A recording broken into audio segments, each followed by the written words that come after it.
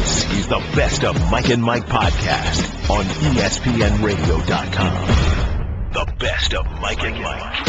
Hey, it's Greeny. Thanks for checking out the Best of Mike and Mike podcast. Here's what we got for you from Monday's show in Cincinnati. All-Star festivities. Should all the stars be playing? Plus, in Cincinnati, you know we're talking about Pete Rose. And don't miss our conversations coming up right here with Ned Yost, Barry Larkin, and Joe Torre. The Best of Mike and Mike. Mike and Mike. Good morning. We are back and better than ever. Mike and Mike saying welcome to Cincinnati. Moorline's Ale House. They've named beers after us. Oh, God, yes. My wife is here. Golic's in-laws are here. Patriot Ray and Nick Nate and Hembo, who drove, made the trip. And this place is absolutely packed as far as the eye can see. What are you people doing up so early here? You people are nuts.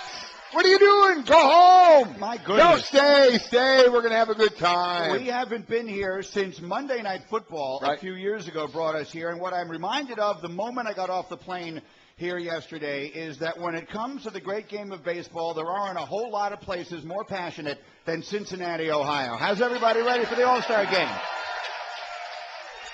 What an incredible crowd. I mean, it's absolutely amazing. I quite honestly, I think they're here for our beer. That's what I think. Well, if they're not here for the beer, then they haven't come to the right place. Yeah. So here's where we are. We are right next to the ballpark. Okay? Yes, we We're are. at Moorline Ale House, right next to Great American Ballpark. Come on down and see us this morning. And we have a tremendous list of guests ready to greet you this morning. We are presented by Progressive Insurance, and with their Subway Fresh Take here on our set, we're going to have Reds Hall of Famer Barry Larkin, who's going to stop by in an hour. We got Tony Clark this morning. We got John Smoltz this morning. We got Mike Trout this morning. We got Joe Torre this morning. Tomorrow we'll have Rob Manfred and a whole lot more. So we're going to be jam-packed getting you ready for the All-Star game. And we are going to be monitoring the drinking of our beers. Yes, we are. They are proudly serving at Moorline Lager House Greeny's Short Hop Pale Ale. Short hop. The Short Hop Pale Ale. I feel as though I'm being mocked in the name of my own beer. You are. I've got a beer, so that's pretty good, and it is a delightful beer, and I recommend it to one and all. Mine is Golic's RBI Rye Ale, which, of course, is going to be a fantastic beer. As I talked about a little earlier, before the show started, in a beer drinking contest, there are no losers. There are no losers at all. Everybody is a winner. So I'm more than happy if anybody wants to choose Greeny's beer over mine. That's fine by me, because the bottom line, you're getting to drink a nice cold draft. All right, so we're ready to go here. I got to tell a couple of quick stories about last night. So I spent the day here in town yesterday, and I am walking into a restaurant for dinner last night. And as I'm walking in, actually it was hilarious because my wife Stacy is walking ahead of me. I'm paying the cab. And my wife is going in to get the table because we were a little bit late. She literally crosses paths with Pete Rose and does not recognize him. Oh. So my wife does not. And I said, Stace, did you see Pete Rose? And she said, oh, no, which one was Pete Rose? Oh, my God. I said, honey, it was the one that had 100 people following him. Yeah. He was like the Pied Piper walking out of this restaurant. Now, I will just make this observation. I haven't seen Pete in person in a while. He looked great. He was dressed up. He was wearing like a big white. He had like a big white jacket on with the collar popped up. He looked like Elvis. Did he really? He did a little bit, like later model Elvis. But anyway, I'm telling he did not see me. So this was not a function of, well, the media is around. I'm telling you, if there had to have been a minimum of 50 people that were just literally following him out of the restaurant. He stopped and took a picture with every single one of them. I just stood there and watched, and I just thought, as I'm watching, I thought to myself, I want to see how he interacts with these fans. And he could not have been more gracious. He's joking around with everybody. He's putting his arm around. He could not have been more gracious. Nice to see. Obviously, his name is a lightning rod for anything that we talk about with baseball. We know how his signing business in Vegas, but where he makes his money nowadays. But it's great to see when fans just follow him and want their autograph or a picture, and he's obliging them. Well, let me tell you, it goes beyond what I realized. Okay, I knew that you can hear Pete Rose is an icon in Cincinnati to this day, and then you have to live it. We went to the Cincinnati Art Museum yesterday, which I strongly recommend, by the way. And they have I'm sure that's the first place I'm going to go today, to an art museum. You should. There is, among others, it's free admission. Okay. They have live music. It's a beautiful little museum. It's you can see the whole thing in about an hour and a half. Were they serving my rye ale? I'm sure you could bring in a couple of rye ales. I'm sure they'd love that. But anyway, the point is there is an exhibit in there. It's Andy Warhol's baseball exhibit. Right, and I guess they have it on display because of the All-Star game, or maybe it's always there. It is a room filled with paintings of Pete Rose. There's nothing but Pete Rose in the baseball exhibit, and there are life-size Pete Rose cardboard cutouts. I saw your picture next door. Everywhere you turn. Yeah. And there's nowhere that you can look that you don't see Pete Rose. So it's one thing to hear, yeah, they still love Pete in Cincinnati. Right. It's another thing to be here on the ground and actually I'd like see to it. be represented in a museum. I think that would be really cool. I think the best chance you have is to show up at a museum and look at the art. That's the only way I'm going to be represented in a museum. All right, let's get things rolling. Mike and Mike were brought to you by Golfsmith, a proud sponsor of our coverage of the 2015 Major League Baseball All-Star Game here live in Cincinnati. We are here. Max Scherzer is not. And Robin Ventura says he doesn't want Chris Sale to pitch. And let's just say this, okay? Those should be the two starting pitchers in the All-Star game tonight. They are the leading candidates, in my view, for the Cy Young Awards in their respective leagues. But even if they weren't, they are overwhelmingly the two most entertaining pitchers to watch. If you want to see an All-Star game like what do you want to see in an All-Star game? You want to see power against power. Right. And Max Scherzer isn't just the best pitcher in the National League this season. He's the best pitcher in the National League this century.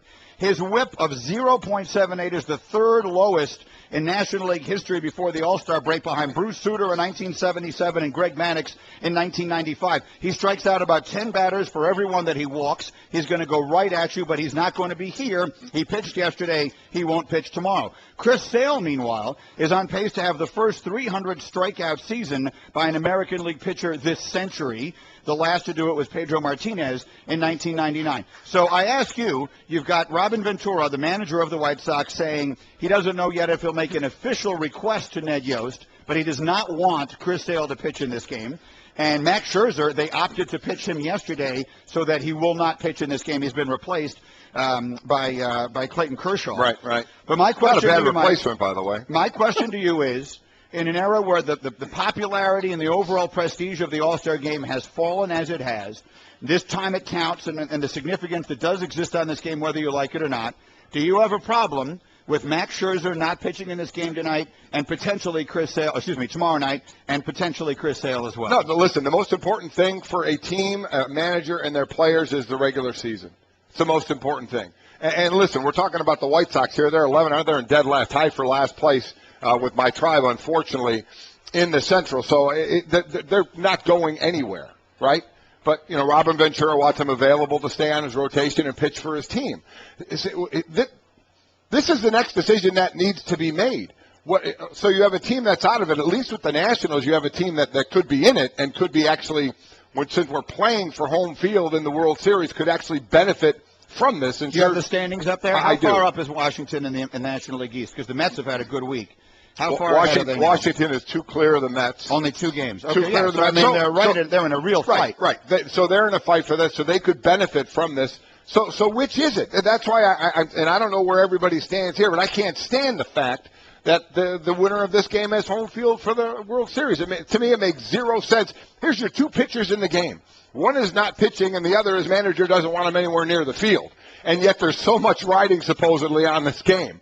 You're kind of bashing heads here. Let's make it an entertaining, fun exhibition, which is what it should be, and not freak out like we did years ago because we had a tie, and all of a sudden, oh my God, we got to do something about it. But if you're going to do that, then there's going to be even less incentive for guys like Max Scherzer and Chris Sale to pitch in this game. That's my point. Make a decision. You're going to make them pitch in this game? How are you going to make them pitch in this game? Your Scherzer starts yesterday. Now, we have plenty of guest baseball people that we can talk to of these guys. It's their side days anyway, because that means they still go out and throw an inning in an All-Star game, throw an inning, let the fans see them, that they voted them in, brought them in. These are the All-Stars. There's some decisions to be made on this, but you're never going to be able to force a guy to play if he doesn't want to play, because he can always find a way to not play. Now, whether it's because he just started on Sunday or his manager doesn't want to, as Chris Sale says, listen, I'd love to be in the game, but really it's not up to me. How about that? Right. You're the player. you're in the All-Star game, and basically you're saying it's not up to me whether I'm going to be involved or not. Right. Well, I mean, it's up to his own manager and the manager of the All-Star team tonight, which is Ned Yost, who will be here. We'll have Ned Yost here at 8:30 Eastern time this morning. Ned Yost will be on our set, the manager of the defending American League champion Kansas City Royals, who's the one who has to make that decision. Yeah, because you're going to call from another manager that says, or talk, or whatever they did. We'll ask Ned, what's the communication situation for, another manager not wanting his guy to throw? We'll ask Joe Torre that as well. Yeah. Joe Torre will be here in the 9 o'clock hour, and he, of course, managed more than his share of All-Star games as well, because the reality is none of the managers want their pitchers pitching in this game. None of them do, whether they're 11 games out or 11 games ahead or anywhere in between. You don't want your pitcher pitching in this game. But that's the problem, is that you have the All-Star game, which for me, I still think it's the best of the All-Star games in that it's the most like a real game. It's the most it's the most reminiscent of an actual baseball game. Yes, it is. But so I know this is not a perfect comparison, but it would be like saying, let's go to the NBA All-Star game, but David Blatt would prefer that LeBron James not play. Yeah. Now, obviously, it's a ridiculous analogy, but it's kind of like that. I want to see Max Scherzer and Chris Sale start the game tonight. I keep saying tonight. It's tomorrow, of course. Tonight's the Home Run Derby, and tomorrow's the All-Star game. You want to see the flash bulbs going. You want to have all the energy in the world in the building, and I want to see Max Scherzer throwing a ball 100 miles an hour up there and see if somebody can hit it. That, I think, is that. You want to draw people in. You want people to watch. That's what people want to see. So if you're not going to be able to give them what they want to see, we have a problem, and we need to adjust. Now, I don't know exactly what we need to do, but we need to do something. Well, that's the key. We can say we need to do something, but what do you do? What do you force them to not make it start Sunday so we can throw in the game? I mean, the rotation is that way, and it's set. Could you extend the All-Star break? I mean, the question is, they did it in the basketball, Did it in the NBA. LeBron James and several of the other stars, but mostly LeBron, got to Adam Silver and told him that we are so busy during the All-Star weekend that the NBA stars are, because they have a million media obligations and there's a charitable component to it, and they all do their own thing also. They all have their obligations to their sponsors, that they do so much during the All-Star break that it really is an arrest for them. Everyone else gets a rest. Right. And Adam Silver extended the All-Star break a couple of days so those guys could get a few more days. If you did that here, it might make a little bit of a difference. Look, this is a tradition, at least as long as I can remember. They play on Sunday and they play on Thursday. Right. I don't know exactly how long that's been the way they've done it, but it's as long since I'm a kid for sure. Could you extend it a little bit? Could you take a full week off in the middle of the baseball season and start it again? Maybe we could make it Friday. You want a full week off. Series. I mean, could you make it a week from Monday and give them a full week? Right now it's 110 hours of All-Star break. It's a very short time off. And for the players who have the time off, they have a good time. They get away. They have their families. Look, the baseball players, no one wants to cry for them because they make tons of money. Some of them say they don't want to show up here. This is a few days they could have off. Yeah. And they could either be with their family or just kind of sit and take a breath. Instead of having to do all the things, because look, they are asked to do a lot. Again, nobody's asking you to feel sorry for them at all. All is going well for them. I saw a couple of players from one of the teams getting on the team's private plane to make their flight down here. All is good with them, but or are we just overstating this and we just, deal with what happens? You have your best pitchers and they're not pitching in the game, which it just sounds odd to me for the reasons that they're not throwing. And for the record, again, we do not know that Chris Sale won't pitch in this game. Exactly. We know Robert Ventura doesn't want him to pitch in this game. And again, we will ask Ned Yost. He will be here in an hour and 2 hours and 15 minutes to give us an update on all of that. And so we'll find out then. Okay, Mike and Mike presented by Progressive Insurance. We'll compare rates for you to get the best deal, even if it's not with us, saving you time and money. Now that's Progressive. Call or click today. All right, a couple of other things to get to as we set the table after a very busy sports weekend. First off, how many people, I'm just curious, by applause, in a room filled with sports fans, how many people watched Novak Djokovic and Roger Federer in the Wimbledon final yesterday? Yeah. Pretty small number. Yeah, not a huge number. Real small percentage. If I had to gauge looking around, it might be 10% of this room. Yeah. It was a good match, not a great one. The second set was phenomenal. Was it. It was Federer holding off 6 set points and ended up winning that. It was so you thought one set apiece you might get something here, but then Djokovic did his thing. The man is he's a fantastic player. Yeah. I mean, wins his 3rd Wimbledon, his 9th Grand Slam event, and so he kind of took control after that one, and that was it. He's just a little younger than Federer, and Federer just seemed to run out of gas. There was a brief rain delay that I thought might actually help Federer. Right. It seems to have worked the other way. One way or another, Djokovic wins. So congratulations to him. By the way, we have now gone 47 consecutive Grand Slams since an American man won one. And one has to wonder, is that one of the reasons that only 10% of the people in this room cheered when I asked if they watched? That might not be the only reason. It might be a reason. And then we get to Serena Williams. This is obviously not an issue on the women's side. How many people here watched Serena win on Saturday? Even fewer? Yeah, even fewer. And that is what it is, or it's a Saturday morning, whatever the case is. The conversation about Serena, in my opinion, has to completely change. The conversation, what she is doing at the age of 33, is just frankly ridiculous. She is one Grand Slam championship away from catching Steffi Graf for the most all-time in the Open era. She's 3 away from catching Margaret Court on the all-time list for women's Grand Slam championships. Playing the way she's playing right now, barring something unforeseen, she should blow through all of those. And in my opinion, the conversation, I believe she is the best women tennis player that we've ever seen, certainly that I've ever seen. I've seen there are a number of great ones. Steffi Graf was phenomenal. Martina Navratilova was phenomenal. There have been others. To me, Serena Williams is the best. And contrary to what some people say, I think that the sport right now is more competitive than it's been before. There are more girls playing sports than ever before, which means there are more women competing than ever before, more opportunity, more money. I believe that there are more good female tennis players now than ever before. She's just dominating the field. So the question then, Mike, becomes this. I was thinking about it this weekend because it's so hard to quantify because there are so many things that go into the discussion. It's an individual sport, it's tennis, and she's a woman.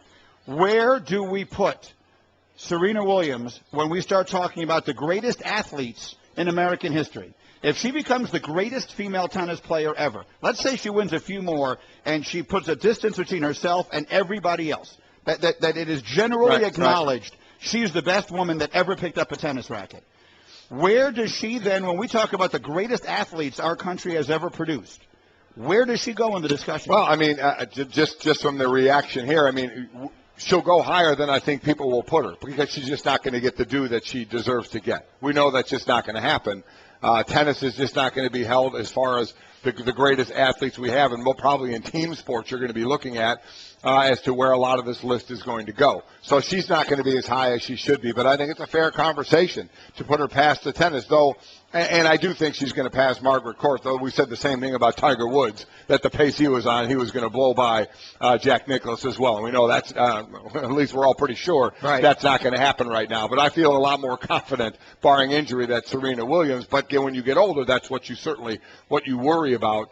And she had a few, tough matches in Wimbledon as well. So we'll see. But I think it's a fair conversation. But I do not think she'll get anywhere near the love. I know you're a tennis guy. I think people who are tennis fans will understand that she belongs higher than she actually would be if you throw it out there to a vote. Well, I think if you look at the greatest female athletes, generally we associate them in this country anyway with tennis. Now, you've seen in more recent years an explosion in the soccer and an explosion in women's basketball, and so we're seeing more and more of that. But generally speaking, when you think of the great female athletes in our country's history, you think of the Olympic sports. You think of track and field, certainly. Track and gymnastics and figure skating and things like that, which were really practically the only areas that women had an opportunity to compete in for the longest time. That's delightfully changing now for where your daughter has had an opportunity to play any number of sports and wound up choosing swimming. But sort of spinning it forward, if you put Serena on a list with John McEnroe, for example, John McEnroe, if we make a list of the greatest athletes our country has ever produced, McEnroe would get in there somewhere, right? We'd put John McEnroe. Serena Williams is a greater tennis player historically than John McEnroe. More accomplished. Now we're getting into, obviously, because you can't do better because well, she wouldn't beat him if they played each other in their prime. So you're looking to more accomplished. Well, she wouldn't beat whoever right now is number 20 on the list amongst the men. But she's 1,000 times better player than whoever that is if you really stop and think about it. So, I mean, I think she is going to get in my opinion, in the big picture, she is going to get shortchanged without and question. is being shortchanged Yeah. for her level She of definitely is, accomplishment. especially even when she goes by Margaret Court, which we all think she's going to do. You're right. She'll never get the love that I think a lot of people, especially tennis fans, think she's going to get. She's 33 years old. Yeah. She currently holds all 4 Grand Slams. She has accomplished the Serena Slam. And she's looking for the calendar slam at the U.S. Open. And you got Serena or the field in Queens. You tell me. I'm not taking Serena. I mean, how are you not? I mean, this is in the area of when Tiger was in his when you was Tiger of the field, right? When Tiger was in the midst of his hot streak and the way he was playing for that decade, you would take Tiger. That's where we are with Serena. Yeah, and it's even more. Tennis, it's golf. You have to play everybody in the field. Tennis, it's one at a Tennis, time. you play one at a time. Right. So I think it's even more of a lock. That's why she's much more of a lock. I agree with that. Than anyway, if you look at Jordan Spieth, who's hot as can be, going to the British Open this week. He's not a lock. Would you take? You wouldn't take Spieth I would not over the take field. Spieth over the field. I would not. But I would take Serena over the field and not even think about it. The best of Mike and Mike. ESPN Radio. With the action on the court, the diamond, or the gridiron. Comes alive. The NBA. The Golden State Warriors, NBA champions. Major League Baseball. San Francisco Giants are the champions of the baseball The world. new college football playoff. College football playoff national champions, the Ohio State Buckeyes. Your home for the best in sports play-by-play. ESPN Radio. The best of Mike and Mike. Mike and Mike. Yes, it is. We are back and better than ever. Mike and Mike live in Cincinnati. I tell you what, you want to throw a baseball party, you have come to the right town. When you come to Cincinnati, Ohio, we are thrilled to be back here. We're presented by Progressive Insurance. Our guests with their Subway Fresh take, many of them on our set this morning, including a fellow who is very popular.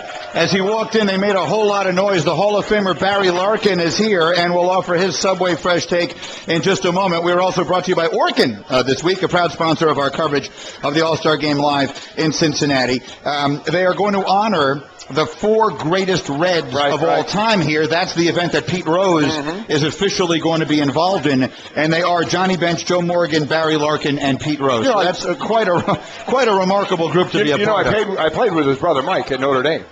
You played with Barry's brother? Yeah. And he played football? Yeah, he played football at Notre Dame. He was a linebacker at Notre Dame. Yeah. I honestly did not know that. His son Shane, of course, is an NBA player now with the Nets, so we'll get Barry up here in a couple of minutes. I just want to finish off the thought.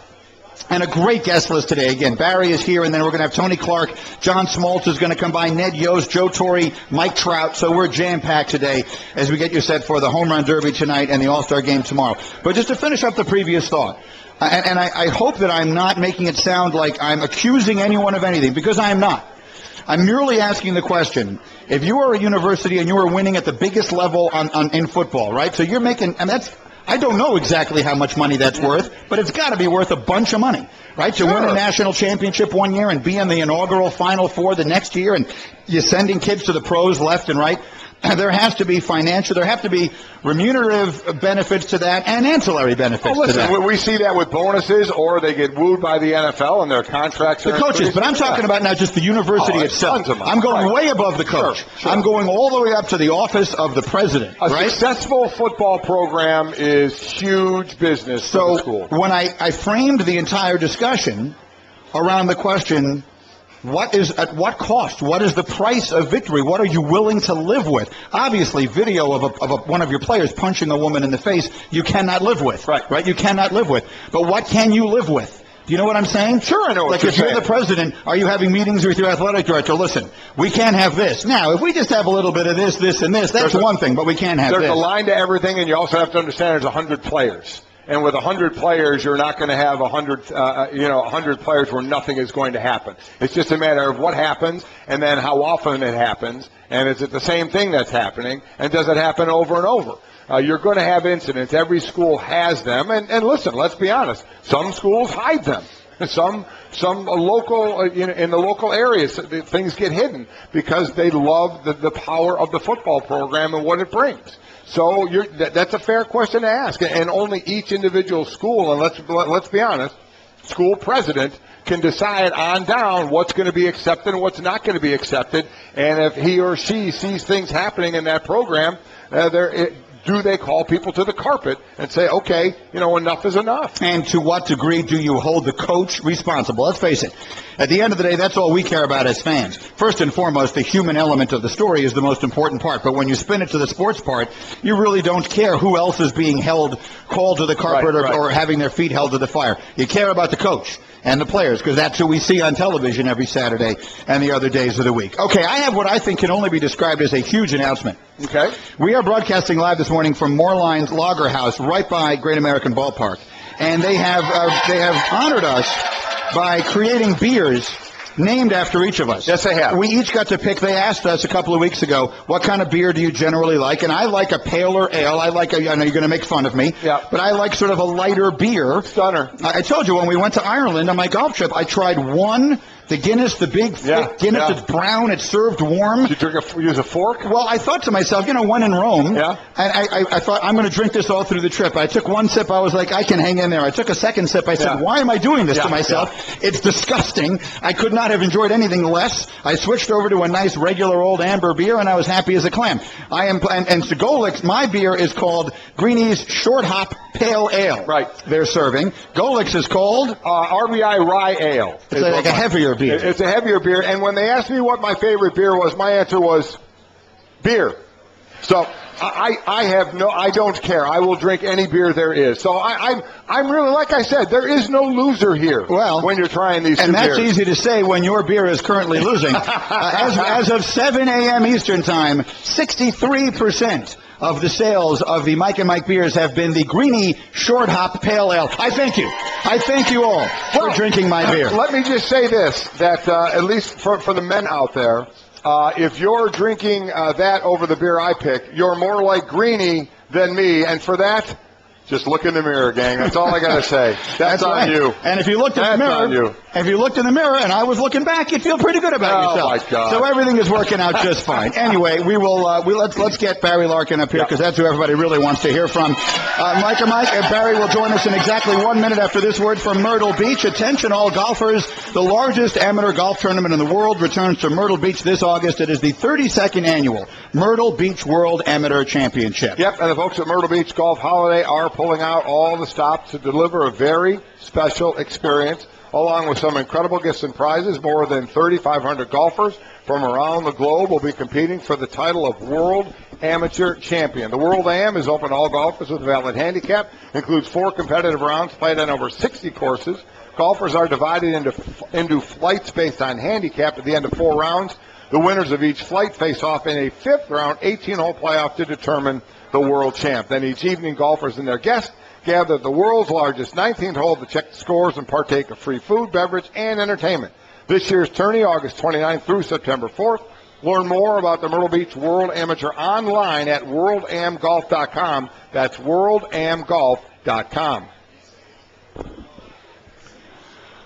All right, we are Mike and Mike. We're presented by Progressive Insurance. We're live in Cincinnati, and joining us now on our set with his Subway Fresh take, he is a 12-time All-Star. He was the National League's most valuable player in 1995. He was elected to baseball's Hall of Fame in the year 2012. Ladies and gentlemen, please welcome Barry Larkin to our set here in Cincinnati. How are you, Barry? I'm good, Greeny. How are you? And I do like the summer ale also. Man. All right. I like a lighter beer. Yeah, again, I'm cool with all that. I like that as well. I like a lighter beer. I like a heavier beer. I like a mid beer. I just like a beer. Yeah. At the end of the day, Mike, I don't care, but I get to win so few things. I know you're happy about in that. life, and if I should win anything. All right, it's a pleasure to have you here. And Barry is an all-star spokesman for Major League Baseball. He's working with baseball's newest sponsor, Maytag, and their all-new Filthy Play program. We'll get to all of that. But let's start with this.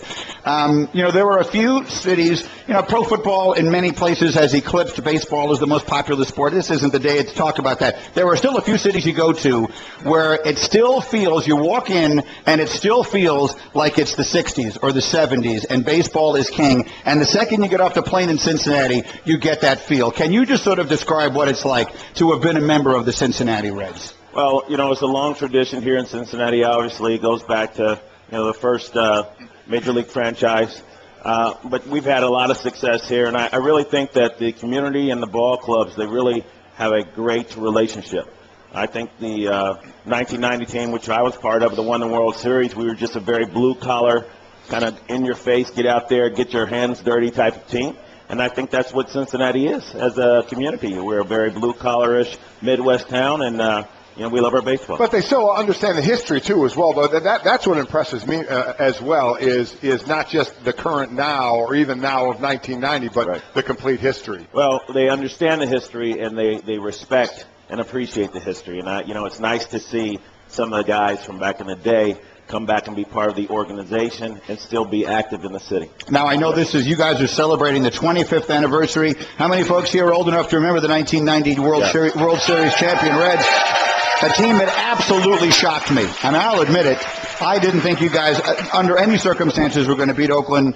You were obviously the star on that team, and then the Nasty Boys. Now, our buddy is Rob Dibble. Yeah. We just saw him recently. He was all excited to come here. We need a good Rob Dibble story. I mean, besides the one where he's fighting Lou Piniella in the clubhouse, we've all seen that. Besides him throwing the ball at Doug DeCenzo on the base pad, we've all seen that. But because we've gotten to know Dibs, over the many, many years. What was it like playing with Rob Dibble back at his heyday? Dibs was somewhat, let's say, unpredictable. I remember one time going into the mound, and I felt like Dibs needed maybe a little break. So I went into the mound, and I think he kind of felt me coming from the shortstop position. And normally, the pitcher will turn around and just kind of meet you and, let you have your say. Well, he met me with, what are you doing up here? And I told him nothing. I just came up to get a little rosin and head back to shortstop. But but Dibs was very unpredictable, but he was fantastic. A very good competitor and a great competitor. He hated to lose. He hated to lose in every facet of the game, regardless if it was cards, dominoes, or pitching on the field. He just hated to lose. They seemed to be a crew that some of them you just wanted to steer clear of off the field, just kind of stay out of their way. Well, Goli, those people in the clubhouse. Uh-huh. And, those three guys, I think Dibs was probably the most sane of the three. Boy, that's saying something. He was somewhat unpredictable, but Norm Charlton, that's the guy that wouldn't really kind of look you in the eye, so you never really knew about him. And Randy Myers had a switchblade in his pocket every time he would go out there and pitch, and a chain. And I asked him one day, why did he have it? He said, well, just in case the guy charges me on the mound, I want to use that chain so he can't get away. That's one of those situations where you're happy they're your teammate, right? Exactly. Oh, my goodness. Barry Larkin is here. You talk about the history. The history of the Reds goes back to the Cincinnati Red Stockings in 1882. The president of the United States was Chester Arthur when Cincinnati first started playing professional baseball. Let's talk a little bit about 1990, because Dibs was talking about the excitement of that. And all kidding aside, if there's one thing that I know Golic always regrets, is that he never got a chance to be a part of that. We cover the Super Bowl every year. Right. Mike stays for the week of build-up and then leaves. He won't stay and watch the game because it just sort of eats at him to this day. When you've got a bunch of guys, you're celebrating the 25th anniversary. When you got a bunch of guys and you won a world championship together, when you get together 25 years later, what are the conversations like? Conversations are like they were when we were playing, to be quite honest. Obviously, we talk about everybody's belly. Everybody talks about how much heavier they are and how they look. But, it was about, hey, do you remember that situation? Do you remember that at-bat? Do you remember that situation where, we had a runner on second or third base, and I looked at you and you told me I should throw a slider. I was thinking maybe I ought to throw a fastball, this, that, and the other. The specifics that you talk about. Remember when we were in Oakland, that game 3 of the World Series after we left Cincinnati, and Oakland said, well, we're going to a bigger ballpark, and these guys aren't going to be able to hit like Eric Davis hit the home run in game 1. These guys aren't going to be able to hit and display any kind of power, and we go out there and beat the brakes off them in game 3. So, we talk about that kind of stuff. It was just a fantastic reunion, a fantastic year. When we got together, it seriously was like, and guys were making this comment like we were just together maybe last week, like maybe we were coming back from the All-Star break. So it was great to see. When we had the reunion, most guys came back. The only guy that really everybody was looking forward to didn't get a chance to come back was Lou Piniella. But it was a great season. As far as off the field, you have a series, so it goes time for the Super Bowl. There's that build-up for a week. But I hear players talk about, I say, what off the field do you remember about the experience? And they'll say maybe one of the bus rides after practice, something may have happened on it that they all remember, and it was a bonding moment. Was there anything that happened away from the field during that run that you can remember, that you can say on radio and TV? Well, you saw the look like his face. I did. On the fly, I changed that up a little bit. You can tell us that one in the break, but is there one you can share it with everybody else? We had, the Nasty Boys were mostly involved in all the craziness that happened off the field. No, I can't share anything right now because we were such a tightly wound team, tightly bonded team. I think one thing that was really unique about that, and I don't think it gets lost, is that wire to wire. We opened up the season in Houston. I think we went extra innings or late in the ball game, and I was able to hit a triple. But that was really kind of to knock in the winning run. But that was really kind of the beginning of it. I think we started that season 9-0. We won a lot of ball games that year that we were questioning, okay, are we for real? We were a young team. Eric Davis was our clear leader, and obviously we had the Nasty Boys, but we didn't have a lot of veterans on that team. We got Billy Dorn later in the season. Ronnie Oster was there. Ken Griffey Sr. was there. But, it was pretty much a lot of young players. And we made a couple of moves and went and got a Danny Jackson, some guys like that. But we had a very, very young team. So we had a lot of energy. We put out that rap song, the Reds Hot rap song, before we actually won the pennant.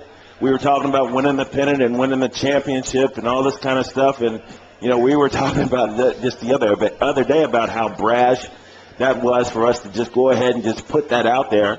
And, we felt good about it. We were committed and convinced that was what was going to happen, So we just had a very young team. And there were a lot of things that happened off the field that really kind of brought us together, but probably not. There's a lot of historical significance to that. I'll never forget that series. The A's had been in the World Series in '88. They had won the World Series in '89. They won 103 games that year. They were, in my view, at least a prohibitive favorite to beat you guys. You swept the series and allowed just a total of 8 runs in the 4 games of the 1990 World Series, led by the Nasty Boys, who I think really kind of changed the way managers use their bullpens in baseball today, having those 3 guys. Anyway, Mike and Mike, Barry Larkin is here. Let's move to some other stuff. You are going to be honored at the festivities. I don't know exactly what the plan is for it, but there were 4 all-time great Cincinnati Reds as voted upon, and you're one of the 4 of them, along with Johnny Bench, Joe Morgan, and Pete Rose. And so Pete Rose is going to be officially welcomed back to whatever degree that officially is. He's allowed to be there and all of that. You can't come to Cincinnati without having a conversation about Pete Rose, and obviously I mentioned it right off the top of the show. He was walking out of the restaurant I was walking into at dinner last night, and I just watched a trail of people following him everywhere he went, and he was taking pictures and signing autographs and all of that. So there was a time when Mike and I really thought that this week, with the game being here, would have been the perfect time to bring Pete back in. Yeah. I think that's very unlikely now based upon some recent events. But just overall, as a Cincinnati Hall of Famer yourself and a really representative figure for the game, what are your thoughts on Pete and the possibility of him ever getting back? Well, I love Pete. As far as the possibilities of him getting back, I question when this information came out, how long they had this information, if they had it in the past, if they've been sitting on it, why is it coming out right now, where I really truly believe that Pete was very close to being reinstated, or at least that's what we were hearing within the baseball walls ourselves. So, I don't know. I love Pete. Pete gave me my first opportunity. I grew up wanting to be like Pete Rose. If I didn't have the grass stains on my pants at the end of the day, there was a problem. I didn't do my Pete Rose slide. Everything he did, I wanted to be like. He was representative of the city then. I think he's still representative of the city now. If you're a baseball fan, you're a Pete Rose fan. He only has 4,256 hits. He's got the most hits in the history of baseball. You can go out there and play 24 seasons of PlayStation baseball and probably not get 4,256 hits. Pete Rose is the man. So basically your point is he should be recognized, whether it's back in baseball or with the chance to be in the Hall of Fame, and then, whatever you're going to write on the plaque or around him, you write, but should at least be represented there. Well, he already is represented there. His 4,256 hits are represented in the Hall of Fame.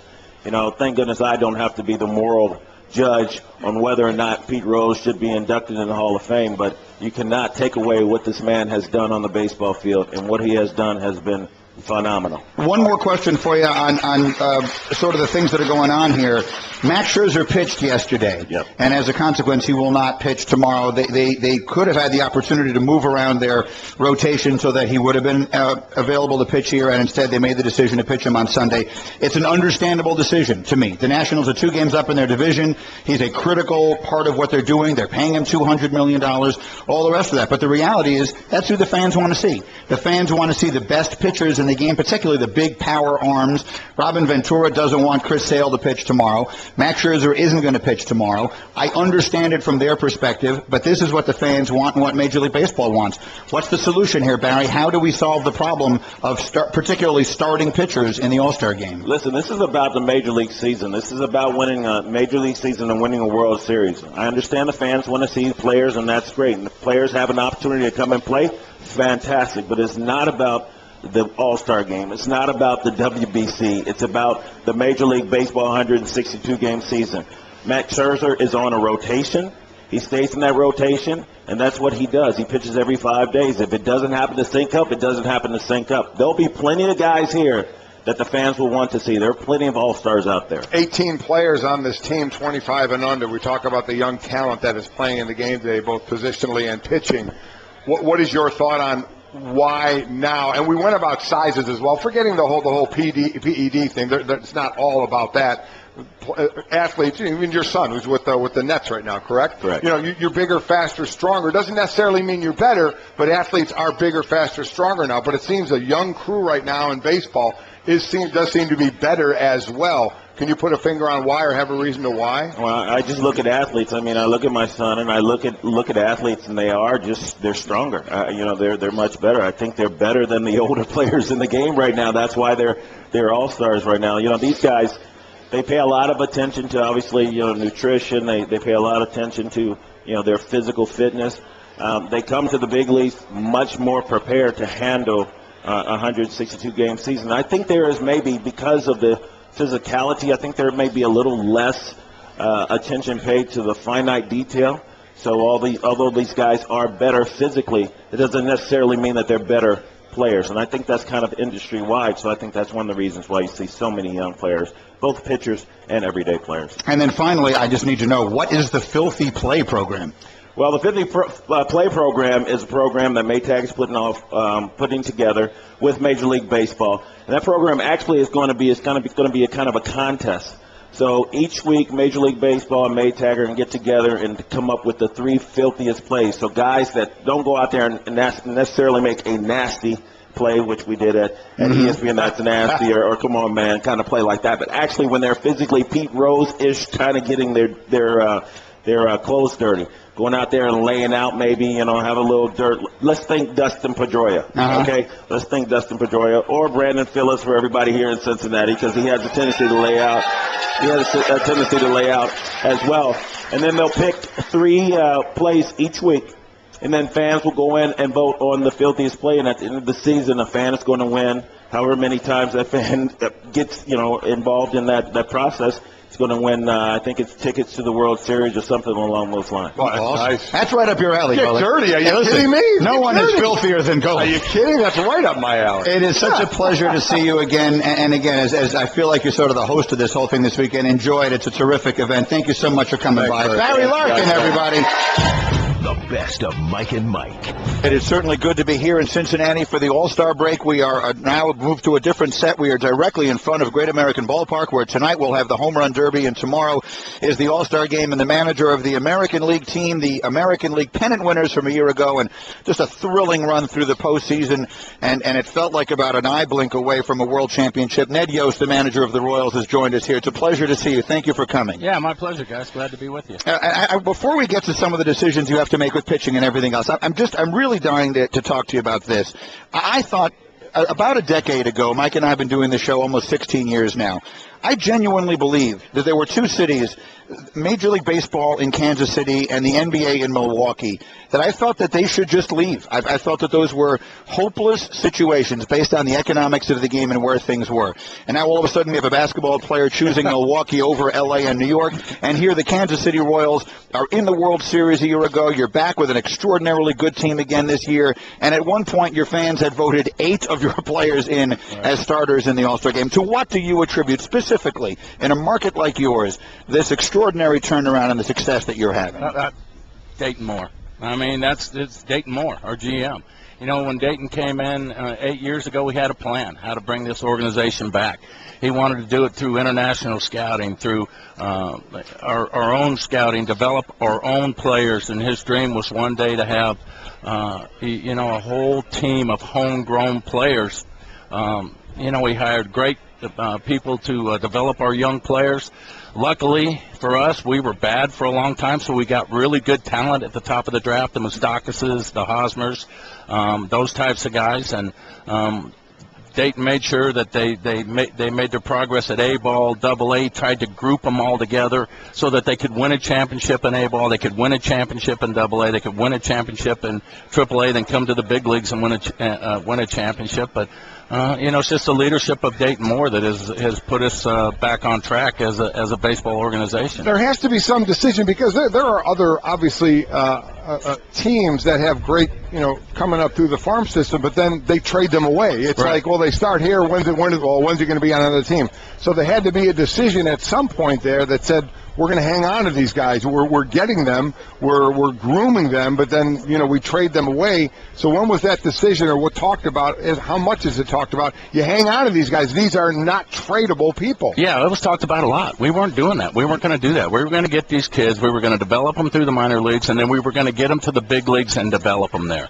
It was a rough couple, 2-year stretch for some of these guys. They really had their struggles up there.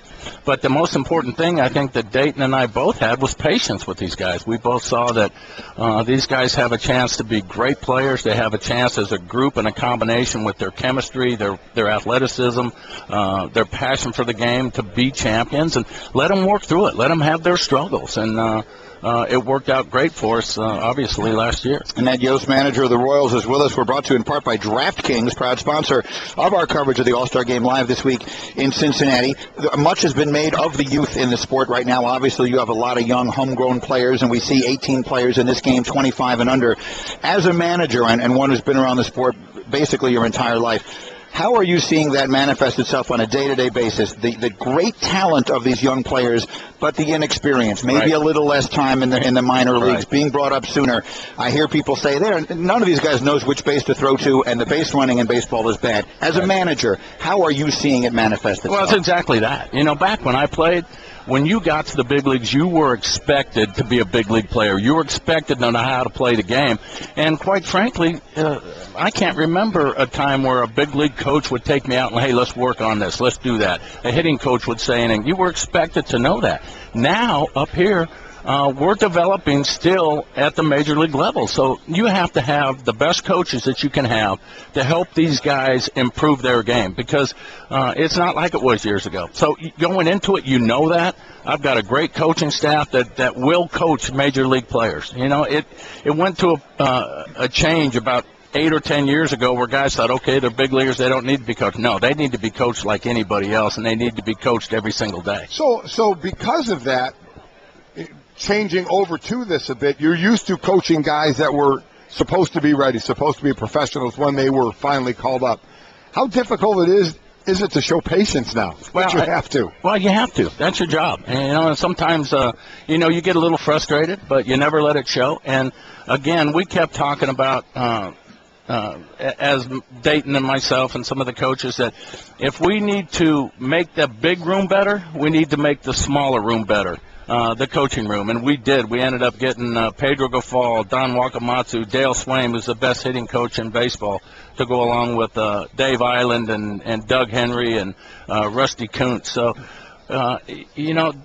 this coaching staff, with their ability to communicate and teach the game, has made the process faster for us at the big league level. The success right now of the Royals, the Pittsburgh Pirates, and some others, a testament to a variety of things, and mostly, as you say, great management. Ned Yost, manager of the Royals. Okay, I've got it. Let's get right to it. Robin Ventura said over the weekend he would greatly prefer that Chris Sale not pitch in the game tomorrow. He's a guy who strikes out 10 batters just by falling out of bed. That's a decision now that you have to make. Right. He had said he had not yet officially requested to you. So have you spoken to Robin Ventura? Yeah. And what is your plan for using Sale? Yeah, I'm going to pitch him. I have talked to Robin. We're okay. But he's definitely going to pitch in the game. How do you go about that now with players? Max Scherzer not, because he started yesterday. Sunday, yeah. Yeah. Those are my days. It was yesterday. Correct. Yeah. So how has that changed over time, or has it not much as far as pitchers that want to throw, or pitchers can they throw, when they can throw? Well, again, as soon as we got the players' vote and we understood what position players and which pitchers we had, we started calling pitching coaches to get their preferences. Okay.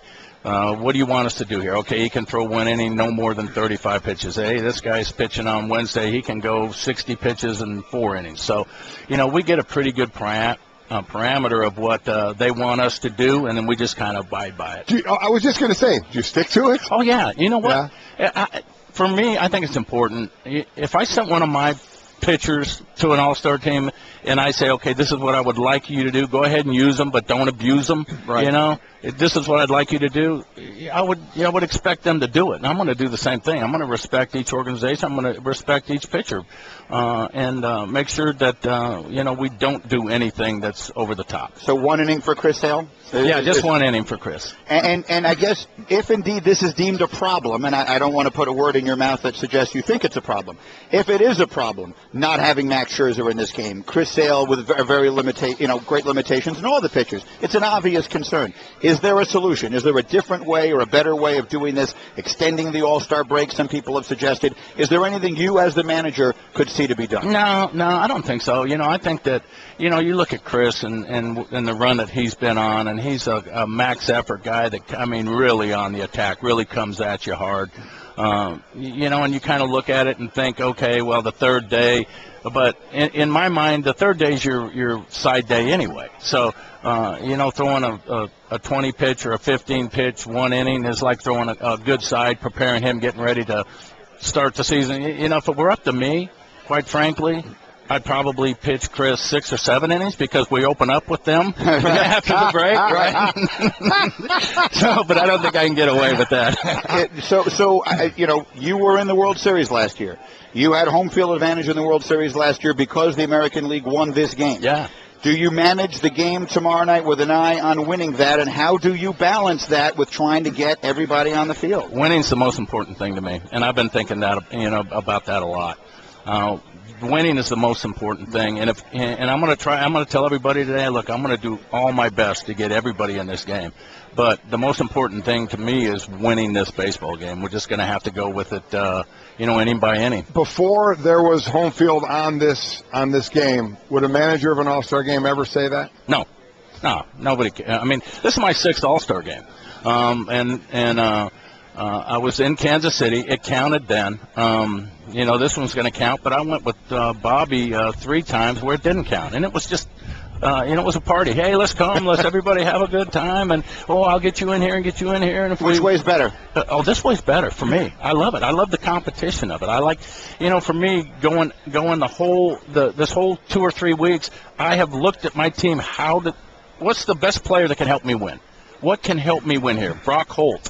All right. People are going, Brock Holt? Yeah, Brock Holt can play 7 positions. I can put Brock Holt anywhere. He helps me win. Brian Dozier. He helps me win. So my whole focus is winning this game. Well, he's a manager. He wants to. It's a good thing. No, it's not. The home field advantage in the World Series, riding on the All-Star game, was my idea. Yeah. It is. It's the Greeny rule. He makes fun of it all the time. I don't like he hates it. I think it is a great idea. I don't like it. I would put it on actually the regular season that was played for 162 games, then 1 game. Do players like it this way, do you think? I think, I think they do. I think they do. I haven't really taken a poll. Yeah. You know? But I don't think you should. No, I don't either. I don't think you should. I don't either. All right, we'll push this to I can see why managers would like it, though. I love the managing. They love that competing. It's good for the fans. It's good for everybody. Sure it is. Mike and Mike. And now, for Geico's edition of Stuff Found in Your Car, we go inside your side door pocket. Hello, yes, the crumpled receipt with gum in it. From your anniversary dinner, you sprang for expensive wine, your server was Beth. That dinner was a couple $100. Money you could get back if you switched to Geico and saved hundreds of dollars on your car insurance. I bet you'd save that receipt. Frame it even. But really, where did I go wrong? Was it the corkage fee? Geico. 15 minutes could save you 15% or more on car insurance. Visit geico.com today. The best of Mike and Mike. Mike and Mike. Back and better than ever, Mike and Mike, as we continue live from Cincy. What a fabulous morning this has been. Great guests, great baseball conversation, and more. But most importantly, just a fabulous crowd that's come out to be with us this morning at Moorline Lager House, right across from the ballpark. Okay. I've just seen the greatest thing I've ever seen in my life. Now, this is a beautiful spot here in Moorline that we're doing the show, right? Sure. Beautiful backdrop. I get it. You and I are doing this from the wrong spot of this place. Why is that? I was inside. There is a table. Brings a tear to my eye. There's a table that has 4 taps at it. How are we not doing the show at that table?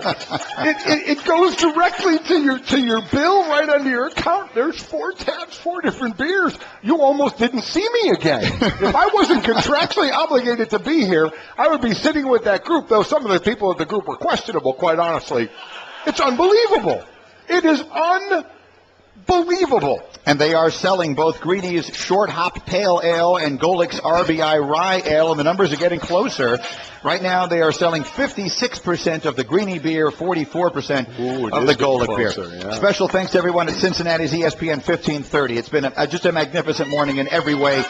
We are presented by Progressive Insurance. Joe Torre on the way, and then Mike Trout on the Subway Fresh Take Hotline. All right, I want to make this point about Pete Rose. Okay. I knew... I haven't been to Cincinnati in years. We were here for a Monday Night Football game a couple of years ago. I haven't been here for a baseball event in years. And I had forgotten just what a magnificent baseball city this is. Shame on me, but it's been an eye-opening day and a half that I've spent here. And everywhere I have gone, from the Cincinnati Art Museum, where Stacey and I spent a little time yesterday, down to the hotel, the Baseball Fan Fest, and everywhere in between, the figure of Pete Rose is everywhere. Yeah. It's everywhere. You can hear people say they still love Pete in Cincinnati, but until you actually get here and see it, you wouldn't believe it. And then last night, purely by chance, I was walking into a restaurant for dinner, and Pete Rose walked out. Stacey and I actually pulled up in a cab. She went in because we were late to get the table. I was paying the cab driver. So Stacey walked right past Pete Rose and did not recognize him, which is funny. That is. In and of itself. I said, honey, did you see Pete Rose? She said, which one was Pete Rose? Oh, my gosh. I said, the one with 100 people following him out the door? The one who looked like Pied Piper. But that's the more important point I want to make, which is that I watched, and Pete did not see me. So it's not like he was doing this for the benefit of the media or anything. I didn't count them. There had to be well over 50 people following him out. He's just walking out from eating dinner. And he stopped. He took a picture with every single one of those people. He could not have been more gracious and smiling and laughing and making jokes with them. It was a delight. And I will be honest with you. In spite of myself, I felt sorry for him. And I know that's an emotion that is difficult for some people to understand when it comes to Pete, because he is his own worst enemy. Yes. I think even his biggest fan would acknowledge that, that the problems he has are purely self-inflicted. And so to say I feel bad for Pete Rose, it feels funny to say, but I did. Yeah. I stood there. This guy he loves the sport. He loves the fans. He loves being a part of it so much. And what he has done to himself is really, in its own little tiny way, a tragedy. And so it made me feel sad. So here's, I think, what it comes down to for me. If you believe that Pete Rose is just a liar and a bad guy, then I get it. Keep him out of the hall. And keep him out of the sport forever. He deserves whatever he has coming to him. And if you believe that Pete Rose is just a person who is an addicted gambler, who has a problem and has never quite been able to conquer it, and thus you are absolving him at least partially of the blame for what he has done, then I think you would support his being a part of it on at least some level again. Does that make sense? I'll kind of go the other way. If we go pick any Hall of Fame and go through it.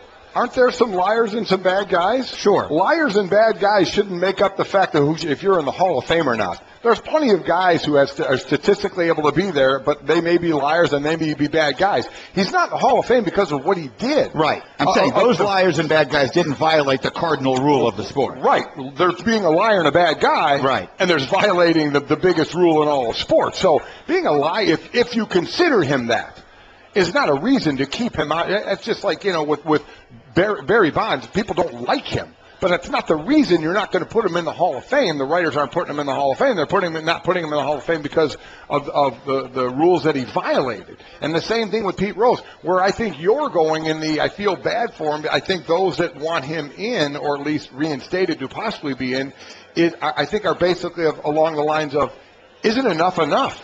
We're a forgiving society. We're a real forgiving sports society, though he hasn't really done anything to make you want to forgive him. When he says one thing and then it comes out there's another thing. In some people's eyes, they still forgive him. But I think that's the big thing where people think, is enough? I know it's a lifetime ban, but what is really a lifetime ban? Is a lifetime ban really a lifetime ban? Or is it just till we think he's suffered enough or been out enough that says, okay, you've been out enough decades, now it's time to reinstate you and give you a shot for it? I know you make fun of me for feeling sorry for people all the time. And I can't help it. I didn't want to feel that way. But it's the second time I've had that experience. I remember there was an evening that I was listening to him on the Michael Kay show in New York. Not the most recent interview, not the one in April where everyone was referring back to his saying he never bet on baseball. This one was probably 2 or 3 years ago. He was just on as a guest. And I was listening to him talking about the baseball of today. And now he's back working at Fox. So yes. He has a professional reason to be following the sport incredibly closely again.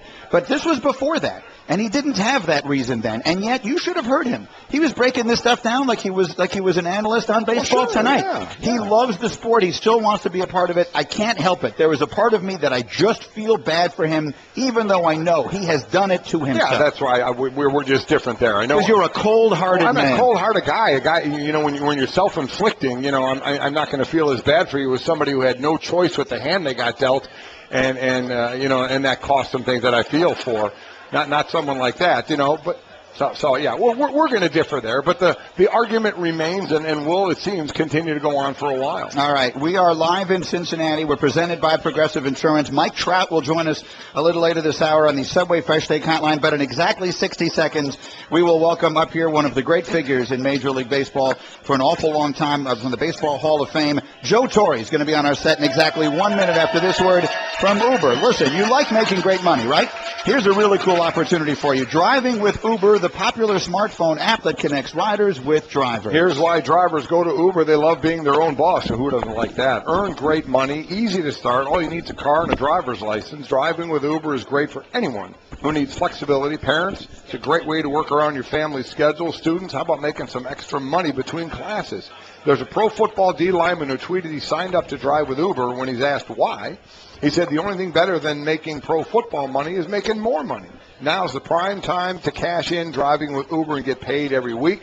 You got a car, you got a license, put in the work for you, start earning serious money today. Sign up and drive with Uber. Visit drivewithuber.com. That's UBER, drivewithuber.com. All right, we are Mike and Mike. We're live in Cincinnati, and it wouldn't feel like an All-Star game if we didn't have a chance to chat with this gentleman, a member of the Baseball Hall of Fame, a 9-time All-Star as a player, 6-time All-Star game manager for the American League, and now MLB's chief baseball officer. As everybody say hi to Joe Torre, who's with us on our set. Hello, Joe. Good morning, guys. This crowd here is crazy, isn't it? This is like my second home. My wife is from here. And she's one of 16 children, so I'll give you an idea that I know a lot of people here. She's one of 16 yes, she has children? She has 15 siblings. Yes, she does. Wow. Yeah. Oh, my God. Yeah. That's like a clubhouse. Got an entire ball club. I did not know that. I don't know why I didn't know that. That is remarkable. All right, quickly, we're going to move on to other things, but just because we're on the topic, and you've been around long enough to have played against him and all the rest of that, I just mentioned I saw Pete Rose walking out of a restaurant last night, and he's swarmed by people, and he's so friendly and smiling and taking pictures with everybody and everything else. And despite myself, I found myself feeling bad for him and thinking, you know what, the guy has suffered like crazy. He's, basically been exiled from the sport forever. I sort of am in favor of bringing him back in, and this week was really the week I thought would have been the perfect time to do it. Now, it feels less and less like that's going on. You're a little bit, at least, on the inside of this now with Major League Baseball. Just what are your thoughts on Pete Rose all these years later? Well, Mike, the only thing I can tell you is that there will be a meeting, in the future here with the commissioner, and at that point in time, I think we'll find out more about his fate than I could tell you. I mean, I really don't know any more than you do. I think we all know, what's happened in the past, and we all know, and I think you're referring to this, the kind of player he was. Mm-hmm. I mean, kind of player he was. He had ordinary ability and became extraordinary. I mean, he came from this area. He went to Western Hills High School, same as Don Zimmer, and you could see those two guys with the aggressiveness that they've lived their lives. He's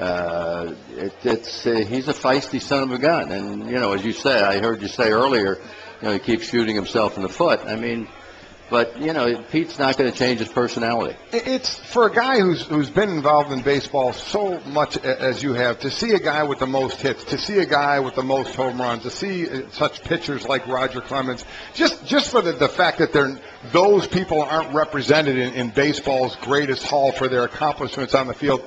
How much of that is really kind of sad to you that they're not in there? That's the word, Mike. It's sad. It really is. There's no other word to describe it, because Roger Clemens, I hated him obviously when we played against him because he was intimidating, and then you realize he was just a big teddy bear when he came over and played for us with the Yankees, and he was like a son to me because he just wanted to pitch. He wanted to pitch, and it's a shame, but these things will never go away. When you get the connection with steroids or PED, that it's something that the people who vote for the Hall of Fame are carrying. There's a lot of weight that carries. All right, let's move on to more positive topics, or at least this one, which is you managed in this game 6 times. Mm-hmm. You managed before it mattered, and you managed after it mattered. I'm using air quotes. And I managed during that time. Oh, yeah. I'm responsible for it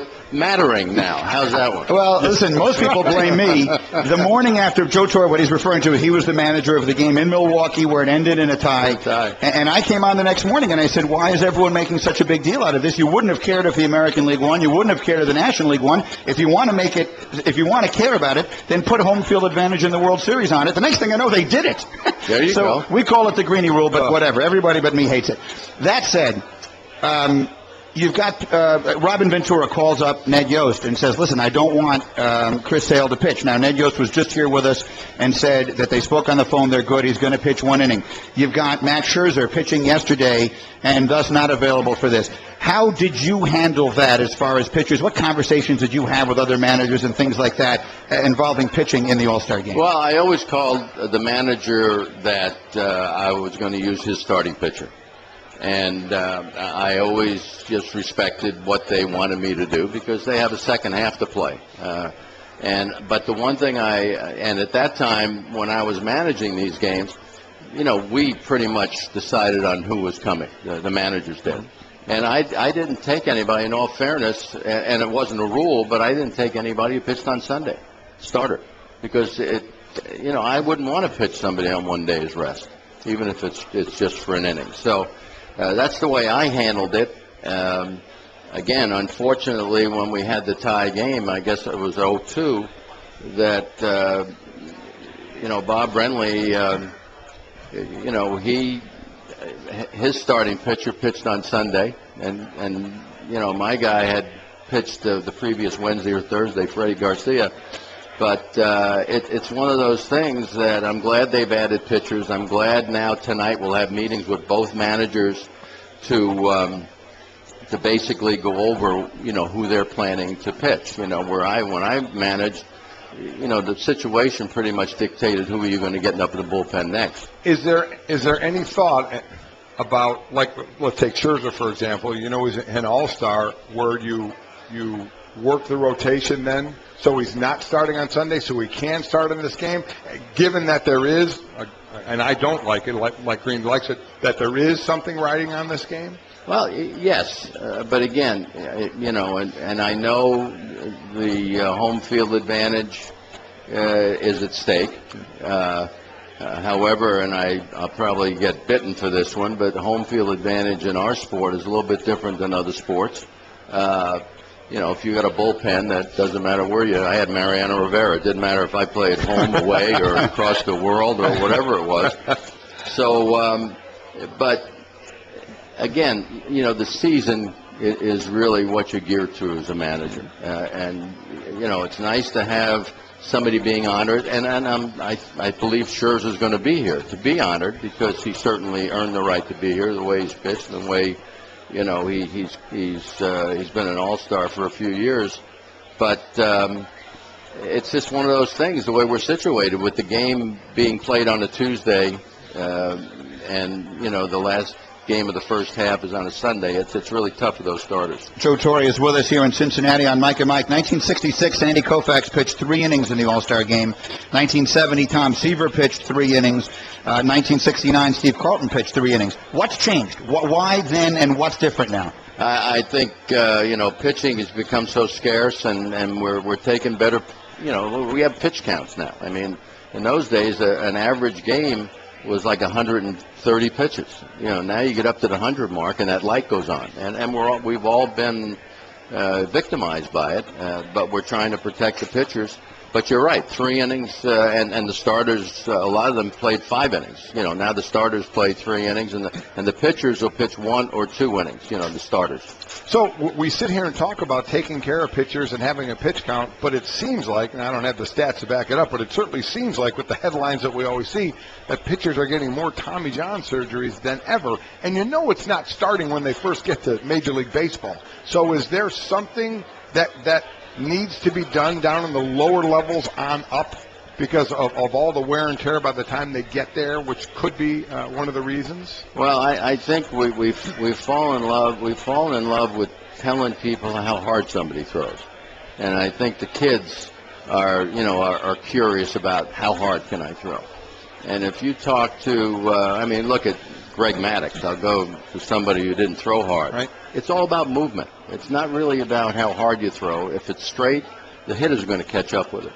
But if you just let that ball come out of your hand, which to me is a smarter way to pitch or smarter way to play the game, you're probably going to have more movement on the ball. It may be just a little bit short of velocity, but it's I think it's going to save your arm. I just think we're trying to throw the ball too hard all the time. Mike and Mike, Joe Torre is here with us. We're brought to you in part by Castrol this week, proud sponsor of our coverage of the All-Star Game live in Cincinnati. It was interesting. You mentioned that you viewed Clemens as sort of a son, and you had that sort of relationship, I think, with a lot of your players with the Yankees, Derek Jeter and some of the other guys. We were just talking to Ned Yost about these young kids coming up now. There are so many players who are coming into the sport at the age of 20, 21, and playing significantly and playing well. And he said that they're doing more coaching on the major league level than ever before. How much have you seen that? When you were getting kids coming up, when managing, as you did in the 70s and all the way through, how much coaching was actually done on the major league level versus what we're seeing now? A whole lot. I mean, Ned hit it right on the head. I mean, it's been going on for years. And just the fact of the matter is you can't afford to keep them in the minor leagues. They got ability. They're coming to the big leagues. And so we do more teaching here. I mean, it used to be where each coaching staff had 4 coaches. You know, now you have 6, and actually 7 are allowed, you know, sit on the bench. So the more instruction, and really to me, you know, managers are the educators here. You know, and you know, I think managers have to let their players, when they're doing things that are unacceptable, you know, with behavior, ejections and stuff like that.